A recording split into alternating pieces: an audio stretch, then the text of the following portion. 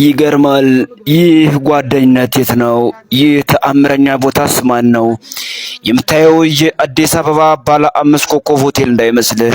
ምናልባትም የእንጅባራ ከተማ ታላላቅ የሚባሉ ሸገር፣ ካርኔት፣ ቺማ፣ እሱቤ ሆቴልና ይሄ ነው ወይም ትንሳኤ እንዳይመስልህ። ከዌልማ ህንፃ ጀርባ የምትገኝ ታናሽዬ የድንች መንደር ነች።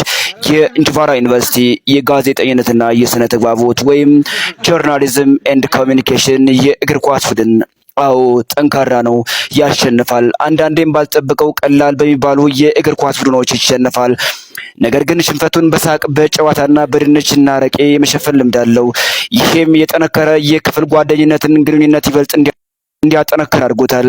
አዎ ሽንፈት ያለ ነው።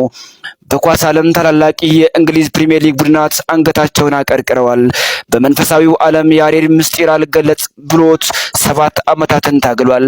በታሪክ ዓለም 120 አገራትን አንበርክኮ የገዛው እስክንድር በኢትዮጵያውያን ወታደሮች ተፈራርቶ ወደ ቦታው ተመልሷል።